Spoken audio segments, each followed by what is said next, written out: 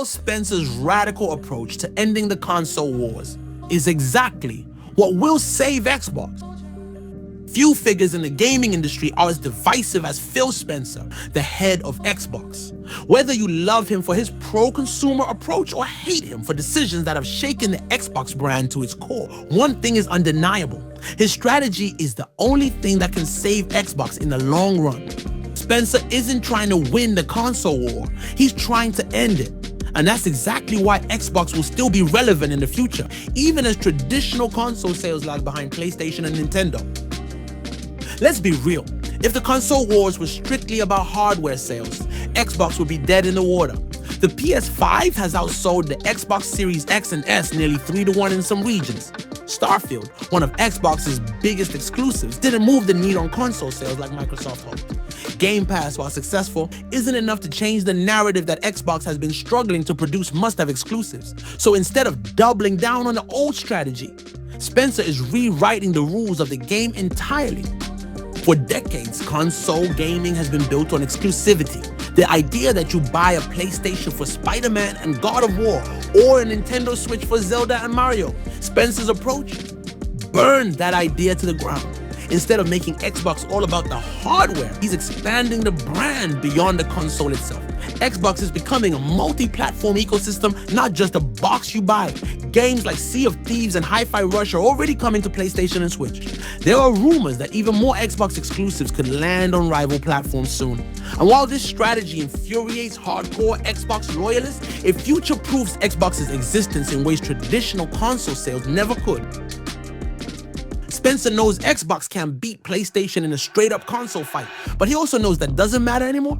Instead, Xbox is focusing on being everywhere gamers are, regardless of platform. Cloud gaming with Xbox Game Pass, allowing players to stream high-end games anywhere.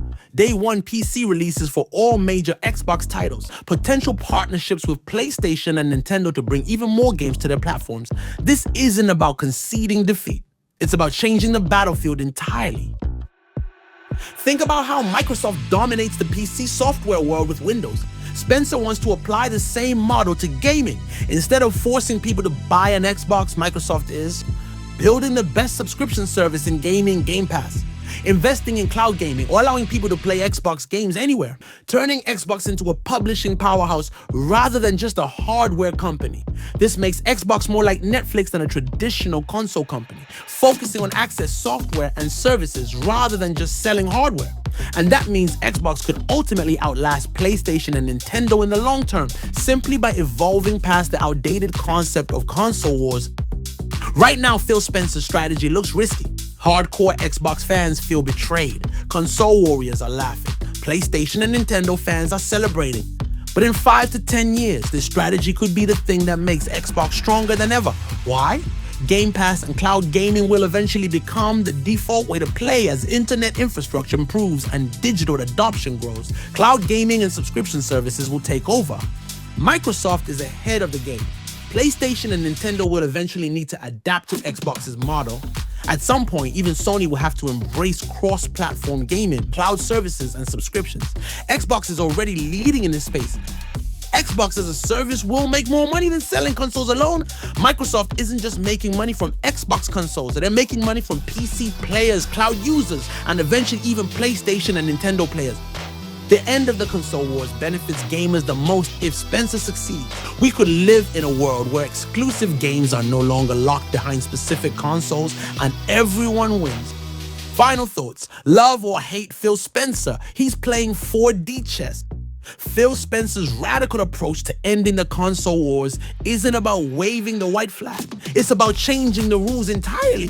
He's playing the long game, setting up Xbox to be a gaming service giant rather than just a console brand. So whether you love him for trying to revolutionize the industry or hate him for shifting Xbox away from traditional exclusivity, one thing is clear.